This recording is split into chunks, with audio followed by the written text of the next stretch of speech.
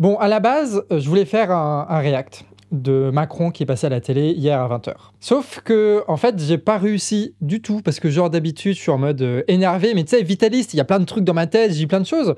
Et là, en fait, quand j'ai regardé Macron, bah, il y avait rien, quoi. Surtout que, tu sais, on fait les quotidiennes sur Actu Réfractaire tous les jours, et du coup, au moment du tournage, bah, j'avais vu un petit peu l'actualité, et j'avais vu que l'État d'Israël, ils étaient en train d'avertir toute la population au nord de la bande de Gaza d'évacuer cette zone-là et de faire une grande migration à plus d'1 million de personnes vers le sud, et en maintenant le blocus qui fait qu'ils ont plus de bouffe, plus d'eau, plus de carburant, plus rien, et ils doivent fuir le pays avant que l'armée israélienne les massacre tous. En gros, c'est un peu ça le mood, tu vois. Et du coup, là, j'ai le Macron en face de moi, et vraiment, ouais, il n'y a rien qui me vient, quoi. Parce que je crois que, et c'est ce que j'ai remarqué un peu plus tard, c'est que pour la première fois, je crois que Macron m'a profondément énervé. Mais vraiment énervé, tu vois. Pas juste taquiné, pas juste excité, genre vraiment énervé. Et du coup, au lieu de vous faire un react de ce Macron-là, je vais plutôt vous dire ce que j'ai ressenti quand j'ai entendu ce discours-là. Un discours minable de 10 minutes fait par un petit con manipulateur qui nous sert de président. Donc dès le début de son allocution, le Macron, il envoie direct des émotions, tu vois, genre des émotions sur ce qu'ont ressenti les Israéliens avec l'attaque du Hamas, mais des émotions qui sont toujours bien choisies sans jamais être accompagnées ni de fond ni d'analyse. Et ça, c'est important. Du coup, il va commencer avec ces mots-là, je vous mets juste un petit extrait. Tout un pays a été surpris à l'aube par des tirs et une invasion aussi soudaine que sanguinaire. Des centaines de nourrissons, d'enfants, de femmes, d'hommes ont été pourchassés, enlevés, assassinés, pris en otage. Des massacres de kibboutz, des villages entiers décimés, une haine meurtrière aveugle, un déchaînement de cruauté absolue. Et donc, pourquoi pas ? En vrai, t'as un crime du Hamas qui a été commis, qui a été reconnu comme tel, comme un crime de guerre par l'ONU, ça produit des saloperies, et donc il faut en parler, très bien, c'est malheureux, etc. Par contre, quand il s'agit du peuple palestinien, et c'est là où ça devient un petit peu plus compliqué, eh ben, il va utiliser ce mot-là. Nous avons assuré Israël et son peuple de notre solidarité sans faille et de notre soutien dans sa réponse légitime aux actes terroristes. Genre, une réponse. Là, il parle pas de meurtre. Là, il parle pas de crime. Là, il parle pas d'horreur. Il parle de quelque chose de froid, il déshumanise, il légitime en disant une réponse. Sauf que le problème, c'est que pour faire toutes les vidéos sur la Palestine, moi, je récupère un maximum de matières premières. Donc, je vais sur un tas de groupes Telegram très obscurs qui envoient énormément de vidéos qui ne sont pas censurées, et ça des deux camps. Et donc, en fait, moi, je suis au courant, tu sais, de ce que c'est en fait concrètement ce qu'il appelle lui les réponses. Moi, j'ai vu Gaza en ruine, j'ai vu les cadavres extraits des décombres, j'ai vu les habitants en pleurs, tu sais, j'ai vu les parents portant leurs enfants morts dans les bras, j'ai vu les ambulanciers tomber à terre de chagrin et de dénouement, j'ai vu un père et un fils qui avaient le visage charcuté par les bombes et qui se promettaient à l'hôpital de rester forts, et j'ai vu aussi un fœtus palestinien. Sa mère, elle était morte, sa mère enceinte était morte, et quelqu'un avait récupéré le fœtus qui était lui aussi broyé par les bombes. Il l'a montré comme ça à la caméra en mode « Voyez ce que ça fait, la barbarie de l'armée israélienne ». Et tu vois, moi je vois tout ça, mais j'en parle pas dans les vidéos parce que j'ai pas envie juste de charger d'émotions, alors que l'important c'est de comprendre la guerre, de comprendre les enjeux qu'il y a derrière tout ça, son déroulement, etc. Donc moi je pointe là-dessus, mais je les vois ces images-là, d'accord ? Je les vois. Et du coup, le Macron, lui, évidemment, il est au courant de tous ces crimes-là. Et quand il dit une réponse, tout ce qu'il dit, c'est à la fois justifier tous les crimes qui sont commis par l'armée israélienne sans jamais les nommer. Même les morts palestiniens, il les méprise tellement qu'il ne veut même pas les nommer. Et je dis ça, c'est pas pour genre comparer les horreurs, tu vois. Il y en a plein qui font sur Internet des trucs comme ça. Non. Moi aussi, dans les groupes bizarres, j'ai vu les caméras GoPro des tueurs du Hamas dans la rave party, d'accord ? J'ai vu comment ils butaient les gens de sang-froid comme ça. Et donc, personne de sensé ne va comparer des horreurs qui sont juste inqualifiables, inimaginables comme ça. Donc non, moi, je veux pas comparer la guerre et dire machin, machin. C'est pas le sujet. Ce que je dis, c'est que Macron, lui, il ne décrit pas la guerre. C'est ce qu'il répète, c'est ce qu'il voudrait que tu crois, mais il ne parle jamais de la guerre. Non. Il prend la guerre, il choisit une horreur bien particulière qui l'intéresse, il en fait une histoire tronquée, il manipule nos émotions avec quelques phrases verbeuses à la con et il cherche à nous convaincre qu'il faut soutenir sans ambiguïté l'État israélien, histoire de protéger ses petits copains qui préparent tranquillement le massacre de Gaza. Je veux dire, déjà il y a l'horreur de ce qui se passe, et en plus t'as des connards manipulateurs qui ont le pouvoir et qui manipule les émotions issues de ces horreurs-là pour que ces horreurs puissent se perpétuer. Et en vrai, c'est Wissam qui disait ça dans une vidéo dans le média. Je comprends aussi, tu vois, le fait que si tu es rattaché à Israël d'une façon ou d'une autre, tu orientes ta rage contre le Hamas.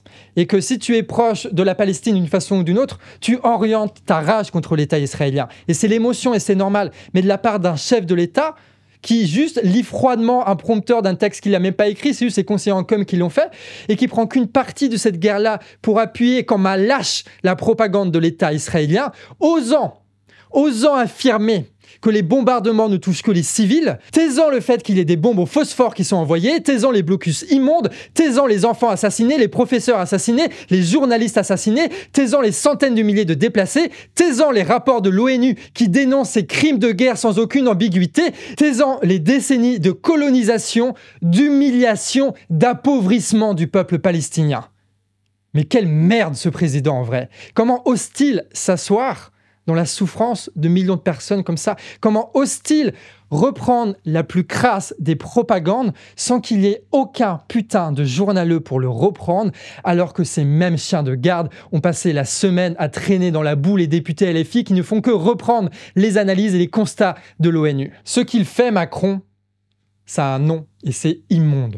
On ne peut pas dénoncer la guerre sans parler de tout ce que la guerre produit. On ne peut pas dénoncer les horreurs en soutenant ceux qui organisent un massacre. On ne peut pas dénoncer le terrorisme en laissant les pires tarés détruire la Palestine et créer toutes les conditions pour que le pire se répète. Dans toute son allocution, il ne fait que prendre des positions morales totalement contradictoires dans le réel sans jamais faire d'analyse approfondie de la situation. Il ne fait que manipuler les émotions au pire moment pour le pire dessein. Forte de sa clarté et de sa constance, la France a la responsabilité d'agir toujours pour la paix et le dialogue. Elle le fera. Cette unité républicaine est une force pour nous-mêmes, pour notre cohésion et pour pouvoir porter la voix singulière et universelle qu'est celle de la France. Donc Macron laisse seuls les Palestiniens face à l'horreur et il ose invoquer la France comme le pays des droits de l'homme, portant une voix singulière à l'international. C'est des conneries tout ça. En vérité, Emmanuel Macron, il ne fait que répéter les propagandes des pays avec lesquels les entreprises multinationales font du business, rien de plus. La France indépendante, tu l'entends pas chez Macron, tu l'écoutes chez De Villepin ou chez Mélenchon. Là, il y a de la chair, là, il y a de l'humanité, là, il y a de la réflexion, que tu sois d'accord ou pas. Chez Macron, il y a rien, c'est du vide, c'est un putain de psychopathe qui salit tout. Mais évidemment, tu as aucun journaliste qui va le reprendre parce que, voilà, Macron, il a respecté la règle des journalistes, la règle des bourgeois français, où il faut juste condamner le Hamas et rien d'autre. Alors Macron, il a condamné le Hamas avec la plus grande des fermetés, mais quel courage! Et vous savez qui d'autre il a condamné? Il a condamné les Palestiniens à crever sous les bombes de l'armée israélienne. Et ces bombes-là, c'est du concret, d'accord? Ça t'explose à la gueule, une bombe. Que tu sois pour ou pas, que tu condamnes ou pas, ça t'explose à la gueule, ça fait les mêmes dégâts. Donc, ces bombes-là, elles vont tomber sur le peuple israélien parce que Macron les a condamnées et qu'il ne fera rien pour l'en empêcher. Même pas il va parler de ces bombes-là, il va juste les ignorer. Voilà, il va juste les ignorer. Le degré de mépris de ce type-là est inimaginable. Mais évidemment, s'il dit tout ça, c'est parce qu'il a une idée derrière la tête. On n'a qu'à l'écouter pour que ce soit clair comme de l'eau de roche. Mais notre devoir, dans ce moment que nous vivons, est de rester unis comme nation et comme République. Bah oui, profitons de la guerre, évidemment, pour renforcer encore une fois le pouvoir d'un président en France qui en avait pas assez, évidemment. Et foutons encore plus de flics partout dans les rues, en permanence, dans tous nos mouvements sociaux, évidemment. Il y en avait pas assez. Et puis rajoutons de la surveillance là-dedans, et puis rajoutons de la censure là-dedans, évidemment. Et puis, ça va être contre le terrorisme. Tu crois vraiment? Quand tu regardes un petit peu l'histoire, tu te rends compte que c'est utilisé contre des journalistes qui révèlent notamment les crimes de guerre auxquels a participé l'État français. D'accord? On se souvient de Lavrieux, c'était il y a quelques semaines encore. Ça va être utilisé contre tous les manifestants écolos, gilets jaunes, syndiqués, décoloniaux, tout le monde qui vont lutter quoi que ce soit d'une façon ou d'une autre contre le profit des multinationales. Ça va être utilisé pour imposer ces lois immondes sur la réforme retraite. On s'en souvient, c'était il n'y a pas si longtemps. Ce type-là profite des cadavres en Palestine et en Israël pour renforcer son pouvoir à lui, foutre sa police fasciste partout à ses ordres, nous surveiller comme des chiens pour continuer à défendre les intérêts de ses potes. Et on devrait dire quoi?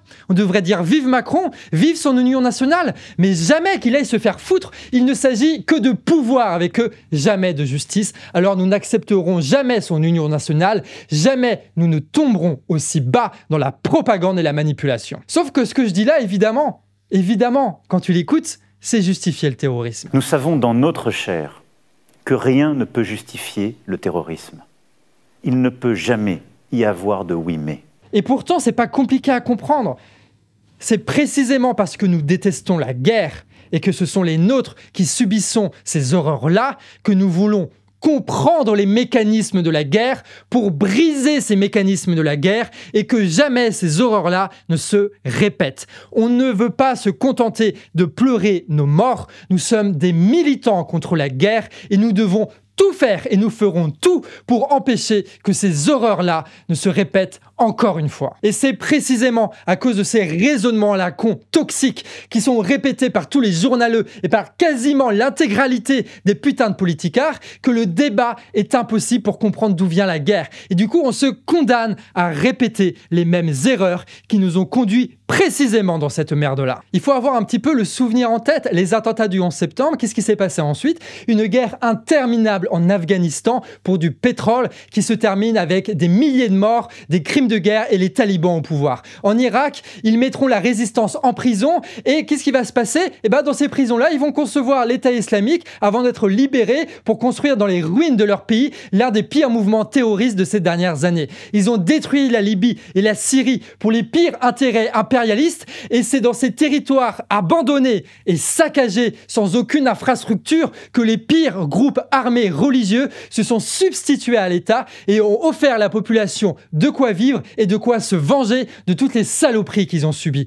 D'autant que ces organisations jouent un rôle politique en luttant contre certains dirigeants. Ils sont alors subventionnés par d'autres États. On se souvient, Ben Laden était un ami des États-Unis lorsqu'il fallait lutter contre l'URSS. Et puis le Qatar et l'Arabie Saoudite, eux, ils financent à fond tous les tarés de la région qui assassinent les nôtres. Mais vu qu'ils achètent des putains d'avions de guerre pour des milliards de dollars, et ben Macron, lui, il n'en parle pas évidemment, il ne les condamne pas parce que c'est un salaud de commerçant. C'est tout ce que c'est. Il faut se rendre compte que l'État israélien aujourd'hui, comme l'État français et comme l'État états-unien, sont fidèles à leur histoire. Ils ne luttent jamais contre le terrorisme, ils ne font que le rendre possible par leur politique, mais ils ne la subissent jamais, eux. Eux, c'est des petits dirigeants qui donnent des ordres bien assis dans leur fauteuil. Certainement d'ailleurs que cette politique leur permettront, avec la guerre, de se renforcer, car l'union nationale, non, c'est nous derrière qui subissons les horreurs de la guerre, toujours nous les populations. Mais évidemment, pour Emmanuel Macron, vaut mieux des discours émotionnels plutôt que parler d'inflation, évidemment, plutôt que de parler du vol que font les multinationales contre le peuple français qui font qu'on est tous dans des galères immondes. Vaut mieux une poésie macabre que de rendre des comptes au peuple, n'est-ce pas Macron? Parce que tu crois vraiment, Macron, que ta politique, notre faim, notre dégoût comme ça, on va l'oublier? Rien ne s'oublie, les colères s'accumulent encore et crois-moi que dans les mois à venir, tu vas en avoir besoin de tes fidèles flics. Et le pire dans tout ça, c'est que ça crée un cercle macabre de violence immonde auquel ils arrivent toujours à tirer profit. Parce qu'à force de dire évidemment de tels mensonges et de telles provocations ignobles à la télévision, à force d'interdire les manifestations pro-Palestine partout en France, à force d'envoyer les CRS gazer les jeunes qui venaient leur émotion aux tripes se rassembler face à leur douleur, à force de mettre en garde à vue les vieux militants pacifiques parce qu'ils filmaient la police et parce qu'ils portaient un drapeau palestinien, à force de répéter en boucle dans les médias le même discours criminel de l'État israélien pendant que Gaza se fait détruire, à ne jamais résoudre à la racine les problèmes du terrorisme et à toujours privilégier les intérêts économiques et les petits complots entre amis à deux balles comme ça qui nous sautent toujours à la gueule, et bah oui, à force de faire tout ça, et bah oui, ça pète en France et ça l'a déjà fait plein de fois et là ça l'a refait encore une fois avec un prof qui s'est fait assassiner. Mais évidemment, les tarés de dirigeants comme Emmanuel Macron profiteront toujours de ces drames-là qui s'est passé aujourd'hui en France, comme il est en train de se passer avec la guerre en Palestine. Ils profiteront de ces émotions, de ces violences-là pour faire voter des lois autoritaires, pour réprimer les opposants politiques et pour continuer leur politique destructrice. Ce taré préférera déclarer l'état d'urgence et nous envoyer à la guerre plutôt que de se remettre en question. La guerre de civilisation, elle n'existe pas, mais ils la veulent. Et ils feront tout pour l'obtenir tant que ça leur permettra de continuer à se faire du pognon. Ces types manipuleront les souffrances pour protéger leurs petits intérêts. Ces types n'ont honte de rien et rien ne les arrêtera. On le sait, ils iront jusqu'au bout. Alors il est grand temps de les dégager une bonne fois pour toutes. avant que ce soit trop tard. Donc toutes les émotions qu'on peut ressentir, jamais nous ne devons l'orienter face aux nôtres. Ils sont là-haut, ceux qui décident de tout, ceux qui possèdent tout et ceux qui sont responsables de tout. Ils sont là-haut. Et c'est contre eux qu'il faut nous liguer si on veut se débarrasser de ces guerres et de ces horreurs-là. Il faut faire de notre colère une indignation et une révolution. Et c'est pas juste pour le plaisir de la phrase, c'est parce qu'on s'en sortira pas avec des tarés comme ça. Bref, on a dit souvent au Canard que dans les mois à venir, nous allons manifester contre l'inflation. Oui, probablement, mais il va falloir aussi réfléchir sérieusement à manifester aussi contre la guerre. Et pas juste manifester, qu'on se comprenne. Hein. Manifester, c'est pour se rencontrer. Une fois qu'on se rencontre, on ira au bout. Parce que plus jamais, on acceptera ce qui vient de se passer.